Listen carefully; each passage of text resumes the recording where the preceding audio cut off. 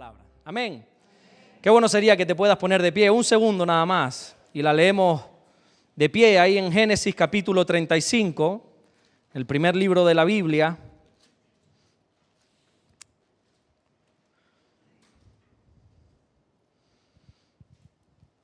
Y vamos a leer solo un versículo nada más.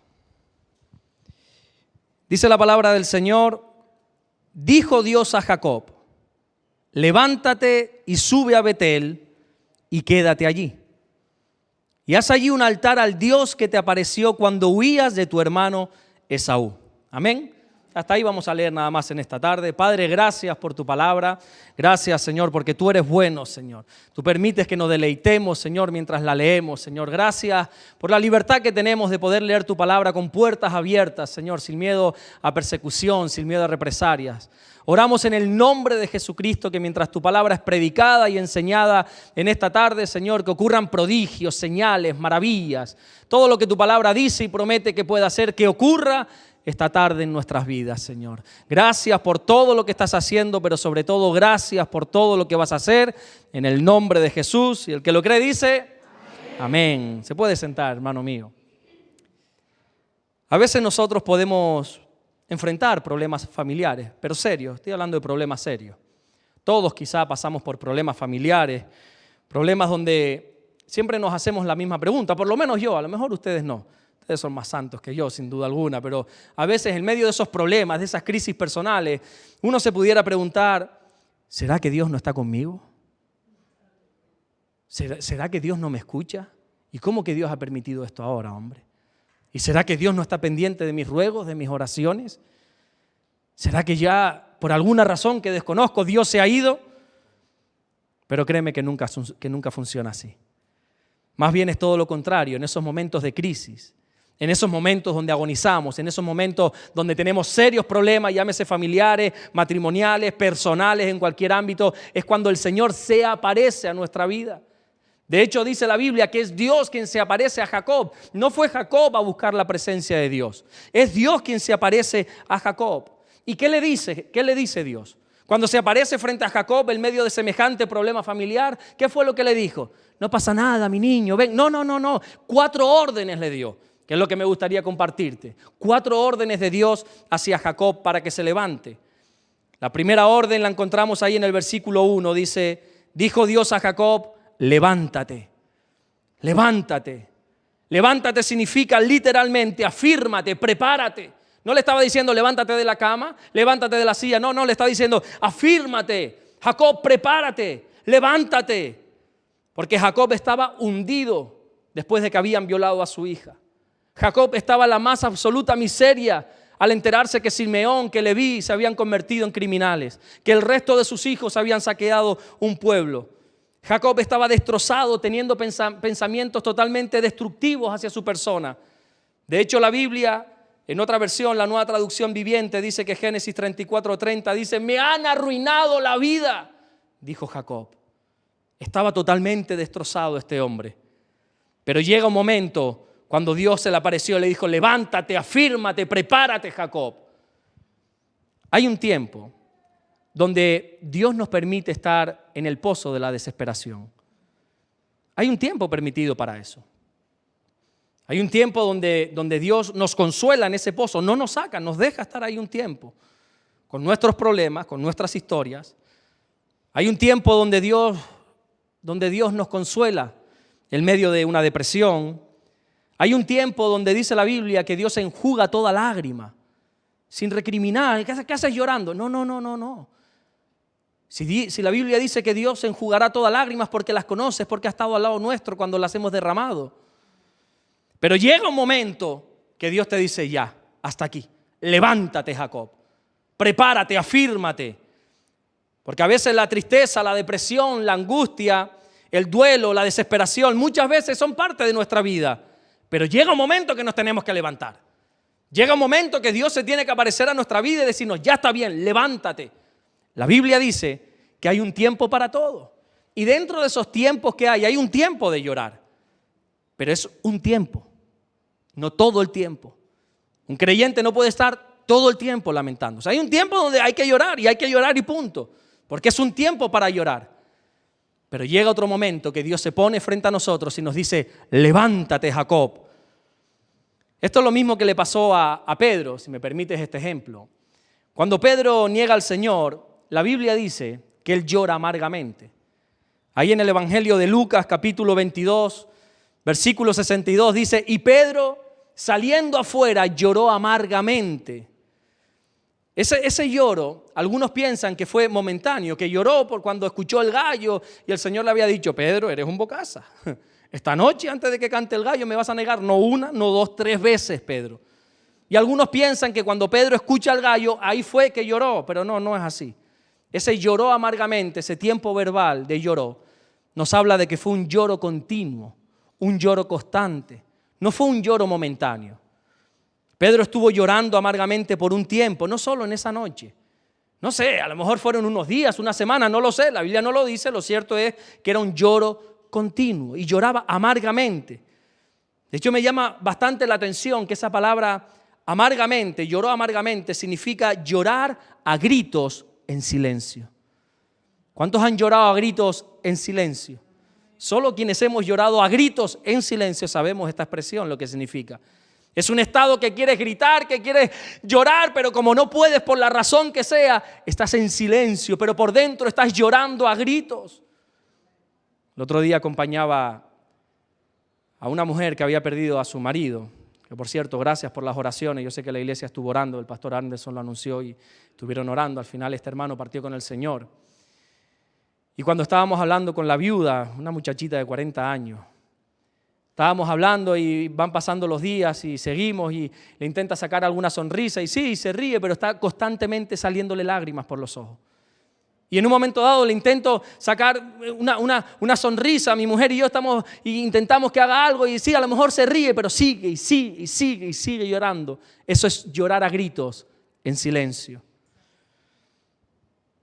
En ningún momento la Biblia dice que Jesús recrimina a Pedro este lloro.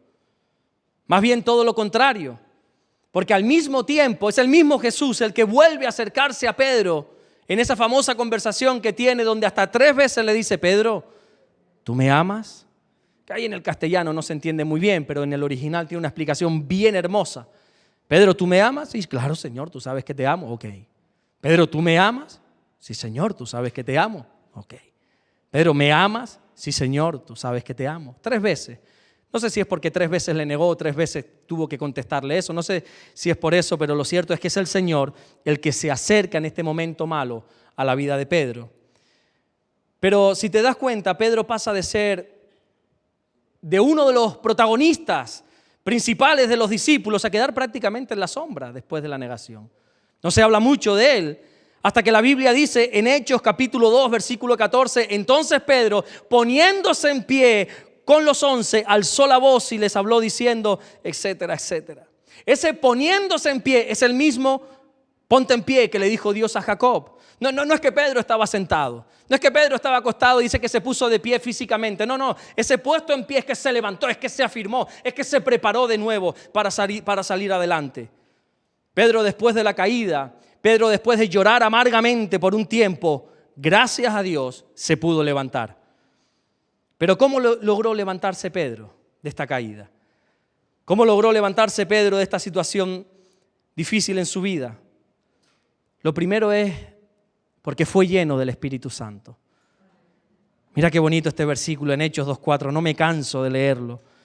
Y fueron todos llenos del Espíritu Santo y comenzaron a hablar en otras lenguas según el Espíritu les daba que hablasen. Cuando ese todos estaba Pedro, dentro de ese todos estaba Pedro.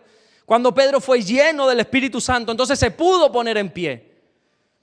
La clave fundamental para que este hombre volviese a brillar, volviese a levantarse, es que se dejó usar por el Espíritu Santo.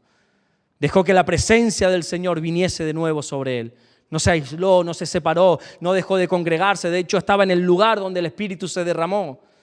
Sin el Espíritu Santo, créeme que es prácticamente imposible. No digo imposible porque el Señor lo hace como Él quiere, pero prácticamente imposible levantarse después de una caída tan fuerte. El segundo motivo que yo encuentro por el cual Pedro se levanta, miren esto que hermoso, fueron los hermanos. Dice la Biblia, entonces Pedro, poniéndose en pie con los 11, alzó la voz. Pedro se pudo poner en pie porque había 11 a su lado ayudándoles. Pedro no estaba solo, fueron los 11 que le impulsaron, que le ayudaron.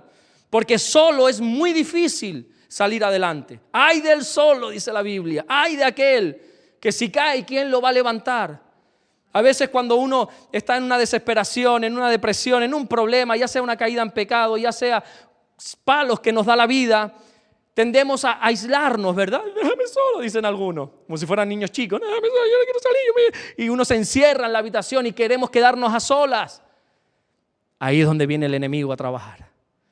Dice la Biblia que Pedro se pudo poner en pie porque se levantó junto a los 11. Desconocemos el poder que tiene la iglesia. Hablamos de la bendición de la iglesia, pero desconocemos verdaderamente el poder que tiene una congregación. Un saludo, un Dios te bendiga, un abrazo, un qué bueno verte. Qué bueno, oye, qué alegría verte hoy aquí jueves. Qué bendición, no te esperaba ver, qué bueno. No sabes los ánimos que levanta eso. Pedro se levantó porque tuvo 11 hermanos a su lado. Y lo tercero que yo encuentro por el cual Pedro se pudo levantar es que Pedro se levantó para servir. Dice el versículo, entonces Pedro, poniéndose en pie con los 11, alzó la voz y les habló diciendo, varones judíos, etcétera, etcétera. Comenzó a predicar. Pedro se levantó para servir. No para decir, bueno, a ver si podemos tirar para adelante, a ver si podemos hacer algo, hombre. A ver si Dios puede hacer algo conmigo. No, él se levantó para servir. En este caso su llamado, lo dijo claro más adelante, mi llamado es la oración y la palabra, la predicación. Y él se levantó para servir. Cuando nosotros decidimos seguir sirviendo, a pesar de nuestras crisis, Dios nos va a levantar. A veces tendemos, volví y repito, a lo mejor ustedes no, y aquí estoy hablando medio en chino, pero para mí sí. Tendemos que en problemas, tendemos a decir, seguro que aquí no pasa, ¿no? A ti no te dicen nada, Anderson, de esto, me voy a tomar un tiempo. No, hoy no voy a estar de ujier porque hoy tuve un problema y hoy no voy a estar en la alabanza porque estoy desanimado, porque no sé, hoy me dijeron no sé qué en el trabajo. Y cada vez que tenemos problemas, como que queremos dejar de servir, no, voy a estar 2 meses.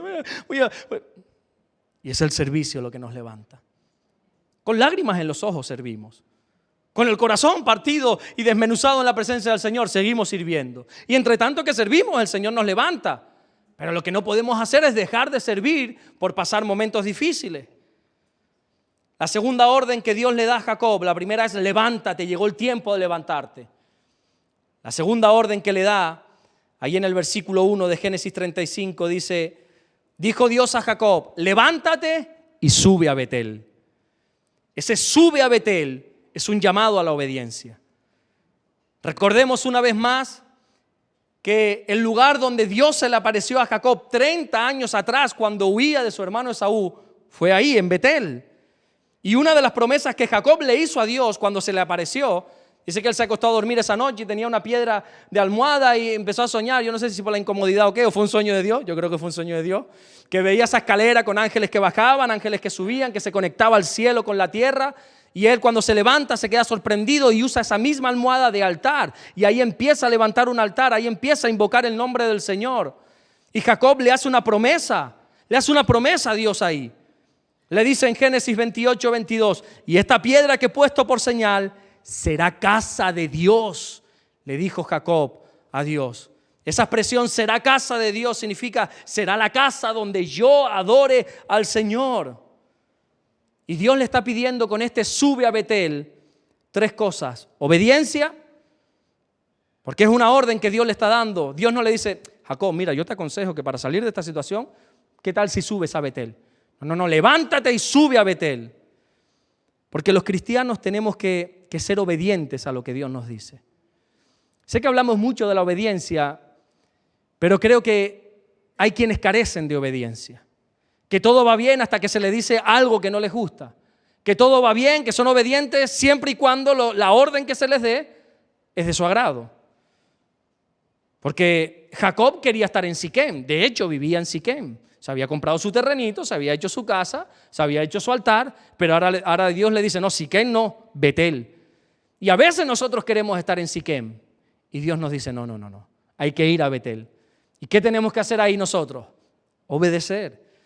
Lo segundo que le está pidiendo, aparte de obedecer, es, Jacob, cumple con lo que prometiste. Nosotros los cristianos tenemos que ser hombres y mujeres de palabra.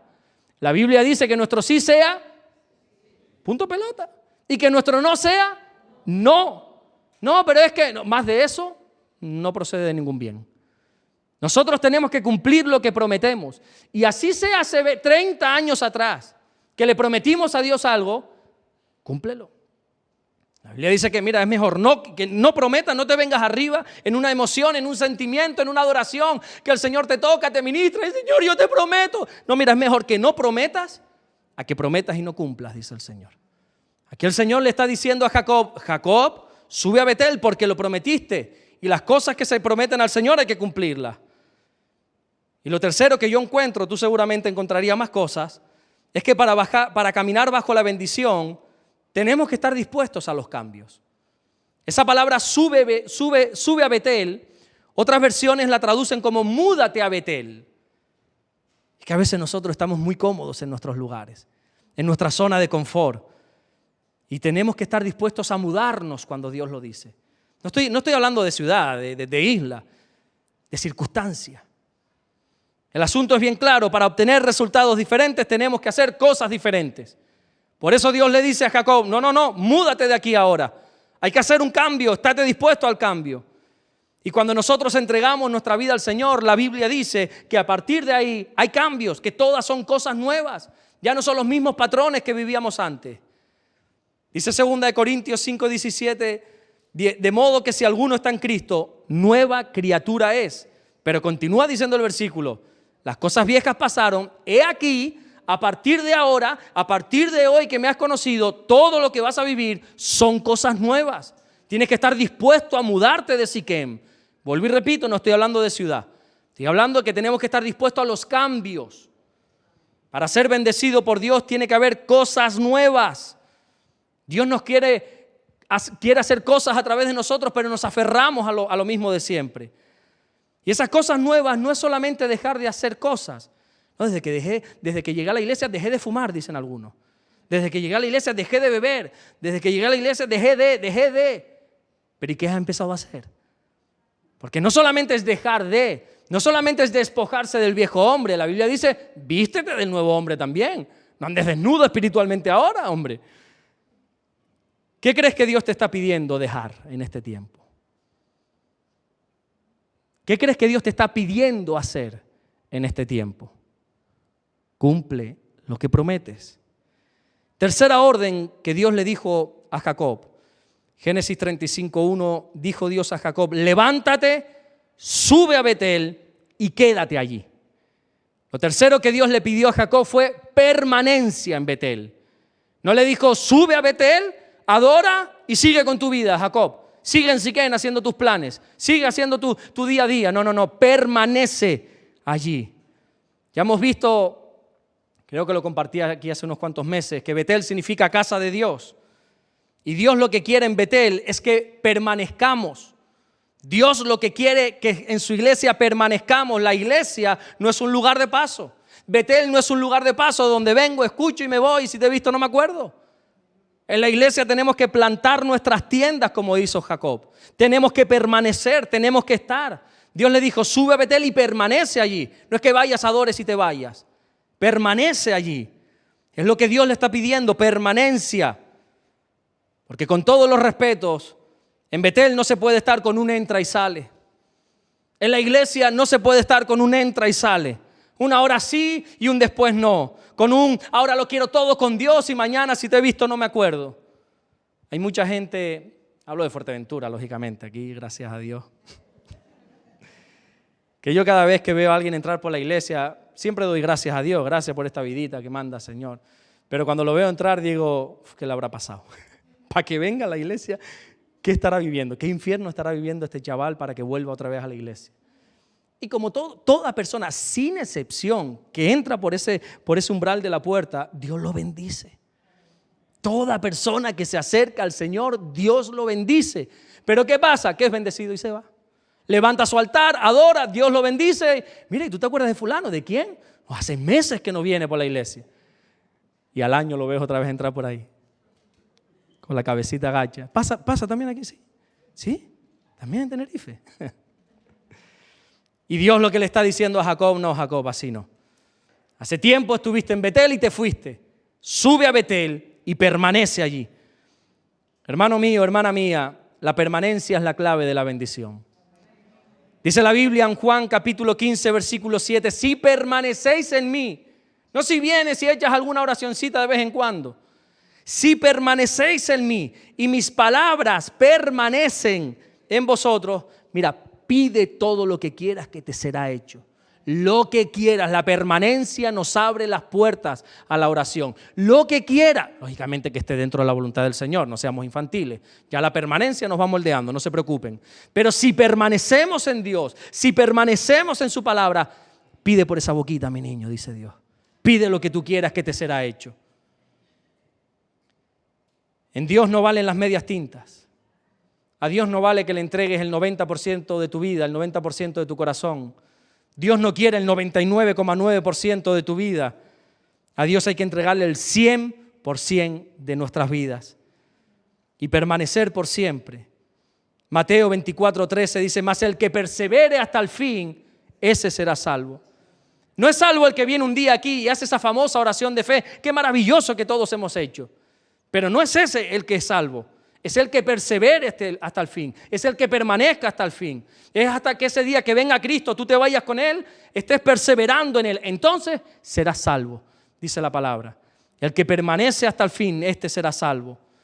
Y cuarta orden, Génesis 35:1 dice, dijo Dios a Jacob, levántate, sube a Betel y quédate allí y haz allí un altar. Por último, Dios le pide a Jacob que levante un altar. Pero, espera un momento, ¿no me estás diciendo, Alberto, que hace 30 años ya Jacob estuvo ahí, levantó un altar, allí mismo? ¿No me acabas de decir que hace 30 años Jacob, con la almohada que era una piedra, levantó un altar ya? ¿En ese mismo lugar? ¿Y dónde está ese altar? ¿Dónde está ese altar que ya se había levantado hace tiempo atrás? Lógicamente, con el pasar del tiempo, ese altar habría desaparecido. El altar era en piedra, así era una manera de acercarse a Dios antiguamente. Se levantaban piedras y lógicamente con el pasar del tiempo ese altar, qué sé yo, transeúntes, el mismo viento, lluvia, no sé, ese altar se habría deshecho, habría desaparecido. Claro, al no visitarlo desapareció.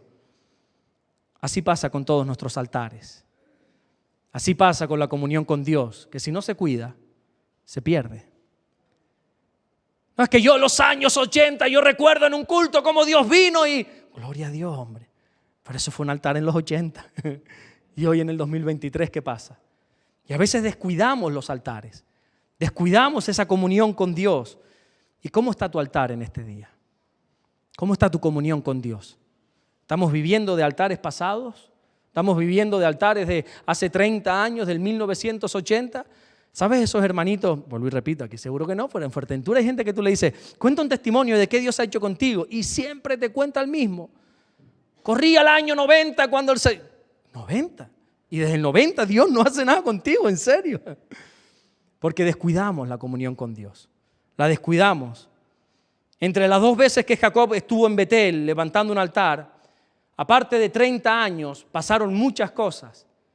Problemas con su tío Labán, problemas con su hermano Esaú, serios problemas familiares, serios problemas matrimoniales.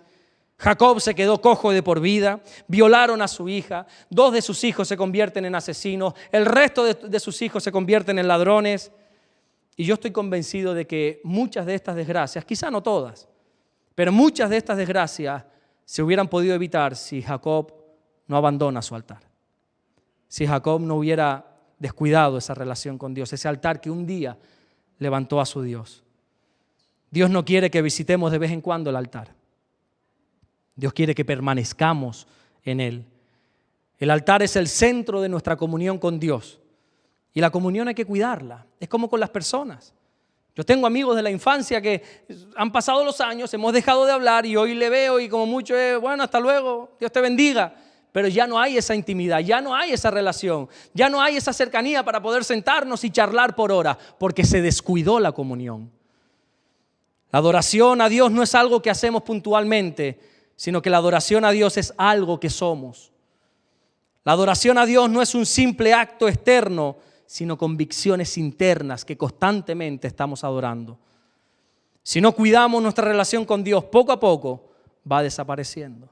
Si no le echamos todos los días leña a ese fuego, créeme que ese fuego tiende a apagarse.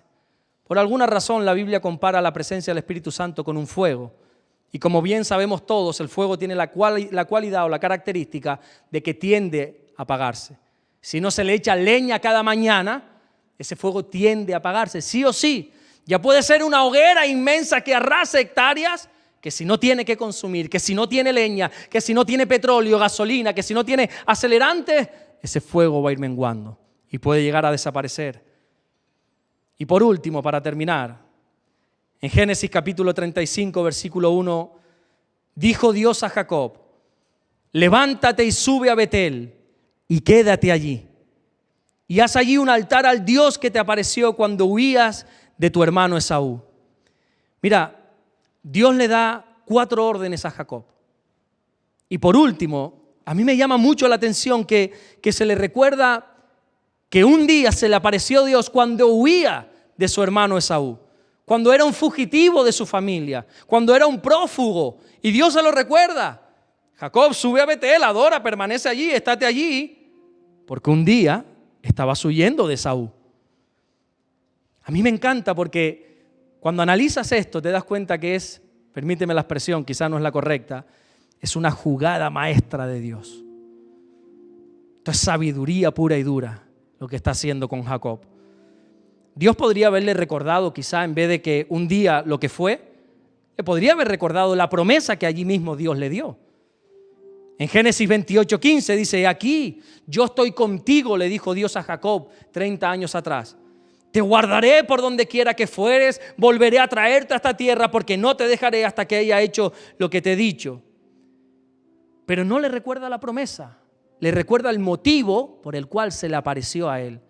Jacob, vuelve a Betel, adora, porque yo me aparecí a ti cuando huías de tu hermano Esaú. A veces nos olvidamos cómo estábamos al principio, ¿verdad? A veces nos olvidamos cómo fue la primera vez que nos acercamos a Dios. Y como que nos hemos acostumbrado a estar bien.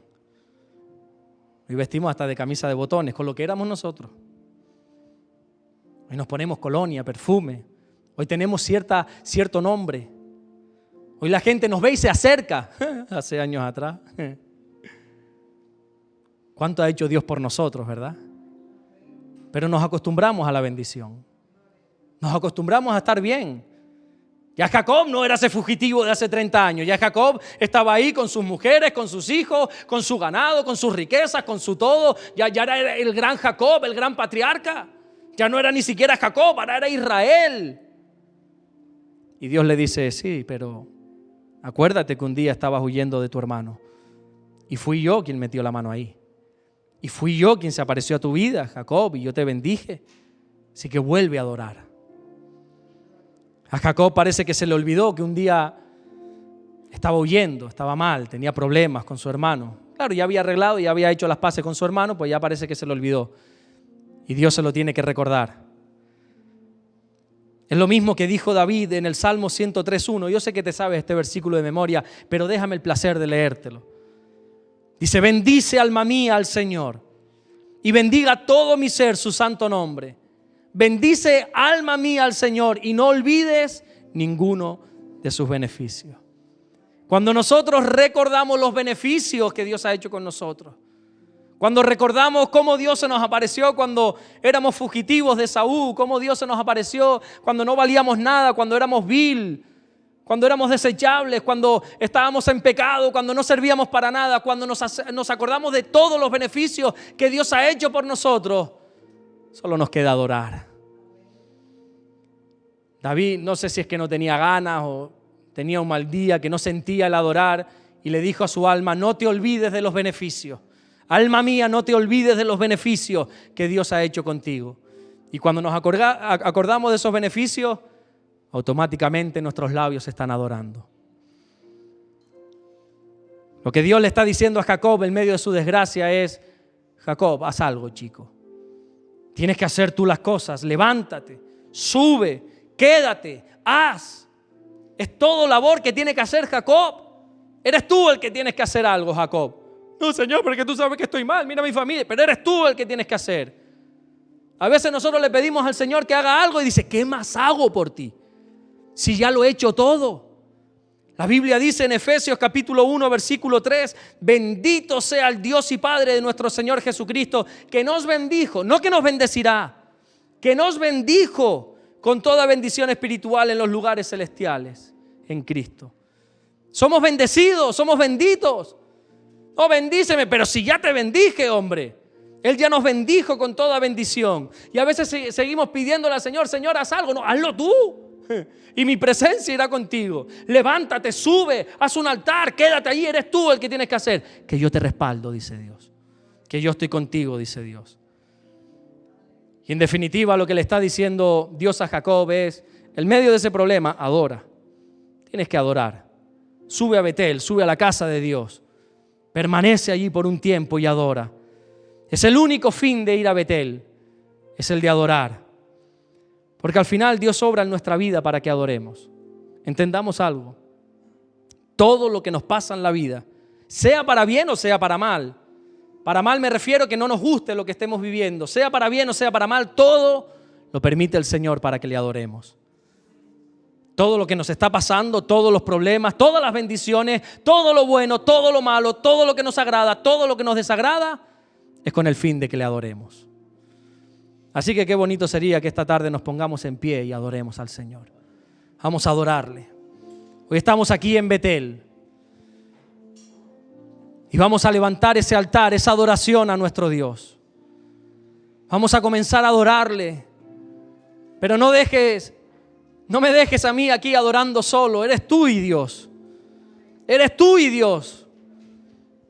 Como dice la parábola, el aceite no se puede compartir, la presencia, la relación con Dios no se puede compartir. Este aceite de las lámparas, no, sería insensato si comparto contigo mi aceite. Eres tú quien tienes que buscar la presencia del Señor. Eres tú quien tienes que adorar. Te podemos alentar, te podemos impulsar, te podemos motivar, pero al fin y al cabo eres tú quien tienes que adorar. Eres tú quien tienes que acordarte de los beneficios que tu Dios te ha hecho y comenzar a adorar en esta tarde. Cierra tus ojos y adórale. Cierra tus ojos y adórale en medio del proceso que estés viviendo. Ya sea un proceso de bendición, ya sea que estés en el mejor momento de tu vida, adórale.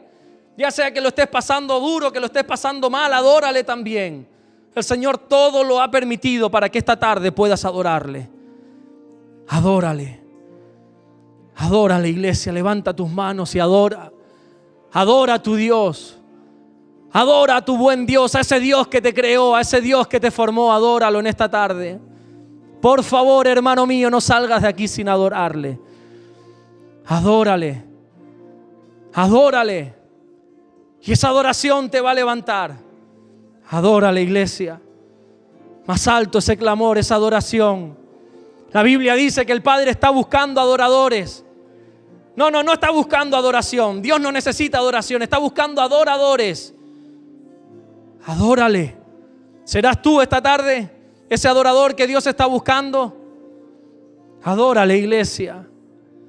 Acuérdate de todos los beneficios, cómo Él te ha coronado de favores, cómo Él te sacó de ese pozo en tiempos pasados cuando huías de Saúl. Acuérdate de las bendiciones que ha derramado sobre ti y sobre tu familia. Y verás que pronto estás adorando. Verás que pronto tienes tus labios abiertos adorando a tu Dios. Precioso Jesús. Precioso mi Dios. Te adoramos. Te adoramos, hermoso Dios, en esta tarde. Te adoramos porque tú eres bueno. Tú eres digno de ser exaltado. Eres digno de ser glorificado, mi Dios. Te adoramos, Señor. Te adoramos. Te adoramos. Te adoramos. Levanta tu voz y adora a la iglesia. Adórale. Adora a tu Dios en esta noche. Adórale, adórale. Adórale. Y en esa adoración Dios hará. Adórale. Te adoramos, mi Dios. Te adoramos, mi Dios.